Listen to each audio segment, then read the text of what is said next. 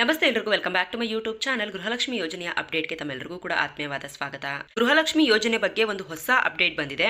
ಗೃಹಲಕ್ಷ್ಮಿ ಅಂದ್ರೆ ನಿಮಗೆ ನೆನಪಾಗೋದು ಏನು ಹೇಳಿ, ಪ್ರತಿ ಮಹಿಳೆಯರಿಗೆ 2,000 ರೂಪಾಯಿ ಪ್ರತಿ ತಿಂಗಳು ಕಾಂಗ್ರೆಸ್ ಸರ್ಕಾರ ಮಹಿಳೆಯರಿಗೆ ಕೊಡುತ್ತೆ ಅಂತ ಹೇಳ್ಬಿಟ್ಟು. ಸೊ ಈಗ ಆ 2,000 ರೂಪಾಯಿ ಬದಲಾಗಿ 1,800 ರೂಪಾಯಿ ಹಣವನ್ನ ಮಾತ್ರ ಜಮೆ ಮಾಡಲಾಗುತ್ತೆ ಅಂತ ಹೇಳ್ಬಿಟ್ಟು ಸರ್ಕಾರದ ಕಡೆಯಿಂದ ಚರ್ಚೆಗಳು ನಡೀತಾ ಇದೆ. ಯಾಕೆ ಹಾಗಾದ್ರೆ 1,800 ರೂಪಾಯಿ ಹಣವನ್ನ ಇನ್ ಮುಂದೆ ಜಮೆ ಮಾಡ್ತಾರೆ, ಹಾಗಾದ್ರೆ ಇನ್ನೂ ಉಳಿದಂತ 200 ರೂಪಾಯಿ ಏನಾಗುತ್ತೆ ಅನ್ನೋದ್ರ ಬಗ್ಗೆ ಕಂಪ್ಲೀಟ್ ಆದಂತ ಮಾಹಿತಿಯನ್ನ ಇವತ್ತಿನ ಈ ಒಂದು ವಿಡಿಯೋದಲ್ಲಿ ತಿಳಿಸ್ಕೊಡ್ತೀನಿ. ಅಂಡ್ ಗೃಹಲಕ್ಷ್ಮಿ ಸಂಘದ ಬಗ್ಗೆ ಕೂಡ ಕೇಳ್ತಾ ಇದ್ರಿ, ಅದ್ರ ಬಗ್ಗೆ ಕೂಡ ಇವಾಗ ಅಪ್ಡೇಟ್ ಬಂದಿದೆ, ಅದ್ರ ಬಗ್ಗೆ ಕೂಡ ನಾನು ನಿಮ್ಗೆ ಇವತ್ತು ತಿಳಿಸ್ಕೊಡ್ತೀನಿ. ಈ ಎಲ್ಲಾ ವಿಷಯಗಳ ಬಗ್ಗೆ ನಿಮ್ಗೆ ಸಂಪೂರ್ಣವಾಗಿ ಮಾಹಿತಿ ತಿಳಿಬೇಕು ಅಂತ ಅಂದ್ರೆ ನೀವೆಲ್ಲೂ ಕೂಡ ವಿಡಿಯೋನ ಮಧ್ಯದಲ್ಲಿ ಸ್ಕಿಪ್ ಮಾಡದೆ ಕಂಪ್ಲೀಟ್ ಆಗಿ ವಾಚ್ ಮಾಡಬೇಕು. ಕಂಪ್ಲೀಟ್ ಆಗಿ ವಾಚ್ ಮಾಡಿದ್ರೆ ಮಾತ್ರ ನಿಮಗೆ ಎಲ್ಲಾ ಮಾಹಿತಿನೂ ಸಂಪೂರ್ಣವಾಗಿ ಸಿಗುತ್ತೆ. ಹಾಗಾದ್ರೆ ಬನ್ನಿ ವಿಡಿಯೋ ಶುರು ಮಾಡೋಣ. ವಿಡಿಯೋ ಶುರು ಮಾಡೋದಕ್ಕಿಂತ ಮುಂಚೆ ನೀವೇನಾದ್ರೂ ಫಸ್ಟ್ ಟೈಮ್ ನಮ್ಮ ಚಾನಲ್ಗೆ ಭೇಟಿ ಕೊಟ್ಟಿದ್ರೆ ಇನ್ನೂ ಕೂಡ ಚಾನಲ್ಗೆ ಸಬ್ಸ್ಕ್ರೈಬ್ ಮಾಡ್ಕೊಂಡಿಲ್ಲ ಅಂದ್ರೆ ಚಾನಲ್ಗೆ ಸಬ್ಸ್ಕ್ರೈಬ್ ಮಾಡ್ಕೊಳ್ಳಿ. ಹಾಗೆ ವಿಡಿಯೋ ಒಂದು ಲೈಕ್ ಕೊಟ್ಬಿಟ್ಟು ವಿಡಿಯೋ ನೋಡೋದಕ್ಕೆ ಶುರು ಮಾಡಿ. ಸೊ ಮೊದಲಿಗೆ ನೋಡಿ, 2,000 ರೂಪಾಯಿ ಹಣದಲ್ಲಿ ಹಾಗಾದ್ರೆ ಯಾಕೆ 200 ರೂಪಾಯಿ ಕಡಿತ ಆಗ್ತಾ ಇದೆ ಅಂತ ಹೇಳಿ ನೀವು ಕೇಳೋದಾದ್ರೆ, ಸೊ ಗೃಹಲಕ್ಷ್ಮಿ ಸಂಘಕ್ಕೆ 200 ರೂಪಾಯಿ ಹಣವನ್ನ ಕಟ್ಟಬೇಕು ಅಂತ ಹೇಳ್ಬಿಟ್ಟು ಇತ್ತೀಚೆಗಷ್ಟೇ ಮಾಹಿತಿ ಬಂದಿತ್ತು ಅಲ್ವಾ. ಕಳೆದ 3-4 ತಿಂಗಳಿಂದ ಇದ್ರ ಬಗ್ಗೆ ಸ್ವಲ್ಪ ಚರ್ಚೆಗಳು ಕೂಡ ನಡೀತಾ ಇತ್ತು. ಸೊ ಇವಾಗ ನಮ್ಮ ರಾಜ್ಯ ಸರ್ಕಾರ ಏನ್ ಮಾಡ್ತಿದೆ ಅಂತ ಹೇಳಿದ್ರೆ, ನಾವು ಕೊಡುವಂತಹ 2,000 ರೂಪಾಯಿ ಹಣದಲ್ಲೇ ಸೊ ಈಗ ಜನಗಳ ಅಕೌಂಟ್ಗೆ ಹೋಗಿದ್ದಾದ್ಮೇಲೆ ನೀವು ತಂದು 200 ರೂಪಾಯಿ ಹಣವನ್ನ ಕಟ್ಟಿ ಅಂತ ಹೇಳಿದ್ರೆ ಎಲ್ರಿಗೂ ಹಣವನ್ನ ಕಟ್ಟಲಿಕ್ಕೆ ಮನಸ್ಸು ಬರೋದಿಲ್ಲ.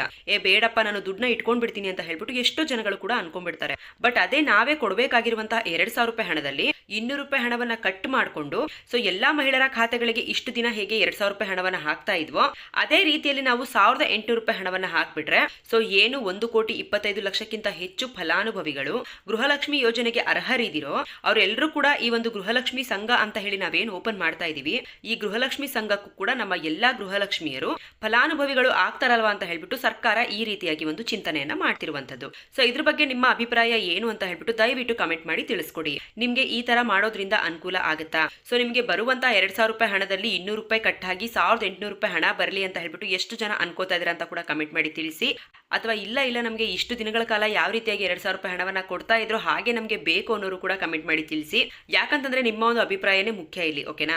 ಇಲ್ಲಿ ಫೈನಲ್ ನಿರ್ಧಾರವನ್ನ ಇನ್ನೂ ಕೂಡ ಸರ್ಕಾರ ಮಾಡಿಲ್ಲ, ಈ ರೀತಿಯಾಗಿ ಚಿಂತನೆಯನ್ನ ಮಾಡ್ತಾ ಇದೆ.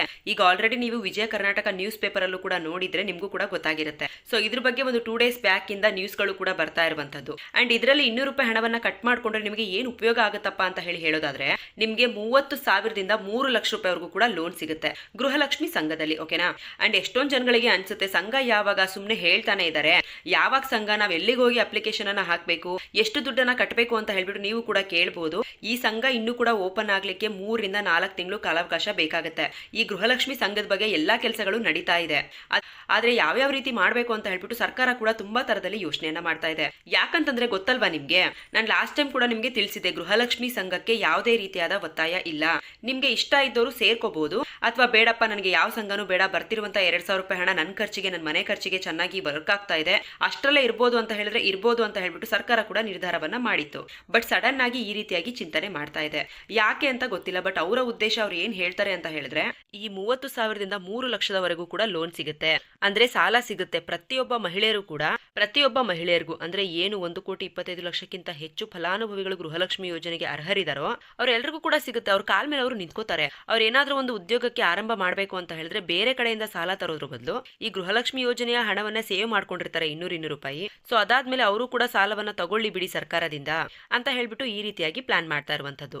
ಅಂಡ್ ಬರೀ 200 ರೂಪಾಯಿ ಕಟ್ಟಿದ್ರೆ ಸಾಕಾಗೋದಿಲ್ಲ. ಅಂದ್ರೆ ಫಸ್ಟ್ ನೀವು ಅಕೌಂಟ್ ಓಪನ್ ಮಾಡ್ತಿರ್ಬೇಕಾದ್ರೆ ನೀವು ಡೆಪಾಸಿಟ್ ಅನ್ನ ಮಾಡಬೇಕು 1,250 ರೂಪಾಯಿ ಹಣವನ್ನ. ಎಲ್ಲಿಗೆ ಹೋಗಿ ಮಾಡಬೇಕು ಅಂತ ಹೇಳಿ ಇನ್ನೂ ಕೂಡ ತಿಳಿಸಿಲ್ಲ, ಓಕೆನಾ. ತಿಳಿಸ್ಕೊಟ್ಟಾಗ ಅಫಿಷಿಯಲ್ ಆಗಿ ಎಲ್ಲಾ ಮಾಹಿತಿಗಳು ಬಂದಾಗ ನಾನು ಕೂಡ ನಿಮ್ಗೆ ವಿಡಿಯೋ ಮಾಡಿ ತಿಳಿಸ್ಕೊಡ್ತೀನಿ. ಬಟ್ 1,250 ರೂಪಾಯಿ ಕೊಟ್ಟು ಸದಸ್ಯತ್ವನ ಅವರು ಪಡ್ಕೋಬೇಕು. ಅದಾದ ನಂತರ 200 ರೂಪಾಯಿ ಹಣವನ್ನ ಕಟ್ಕೊಂಡು ಹೋಗ್ಬೇಕು ಅಂತ ಹೇಳಿ ಮಾತ್ರ ಈಗ ಸದ್ಯಕ್ಕೆ ತಿಳಿಸಿದ್ದಾರೆ. ಸೊ ನಿರಂತರವಾಗಿ ಯಾರು 200 ರೂಪಾಯಿ ಹಣವನ್ನ ಉಳಿತಾಯ ಮಾಡ್ತಾರೆ, ಅಂದ್ರೆ 1,800 ರೂಪಾಯಿ ಮಾತ್ರ ಹಣವನ್ನ ಹಾಕ್ತಾ ಇರ್ತಾರಲ್ವಾ, ಅವರೆಲ್ಲರಿಗೂ ಕೂಡ ನಾವು ಸಾಲವನ್ನ ಕೊಡ್ತೀವಿ ಗೃಹಲಕ್ಷ್ಮಿ ಬ್ಯಾಂಕ್ ನ ಅಡಿಯಲ್ಲಿ ಅಂತ ಹೇಳ್ಬಿಟ್ಟು ತಿಳಿಸಿರುವಂತದ್ದು. ಸೊ ಇದ್ರ ಬಗ್ಗೆ ನಿಮ್ಗೆ ಏನ್ ಅನ್ಸುತ್ತೆ, ನಿಮ್ಗೆ ಒಪ್ಪಿಗೆ ಇದೆಯಾ ಇಲ್ವಾ ಅಂತ ಹೇಳ್ಬಿಟ್ಟು ಕಮೆಂಟ್ ಮಾಡಿ ತಿಳಿಸೋದನ್ನ ಮರಿಬೇಡಿ. ನಾನು ಮತ್ತೆ ಹೇಳ್ತಾ ಇದ್ದೀನಿ. ಸೊ ಸದ್ಯಕ್ಕೆ ಇದ್ರ ಬಗ್ಗೆ ಲೇಟೆಸ್ಟ್ ಆಗಿ ಇಷ್ಟು ಮಾಹಿತಿ ಬಂದಿದ್ದು ತಿಳಿಸ್ಕೊಟ್ಟಿದ್ದೀನಿ. ಮತ್ತೆ ಮುಂದೆ ಹೆಚ್ಚು ಮಾಹಿತಿ ಬಂದಾಗ ನಾನು ಕೂಡ ನಿಮ್ಗೆ ವಿಡಿಯೋ ಮಾಡಿ ತಿಳಿಸ್ಕೊಡ್ತೀನಿ.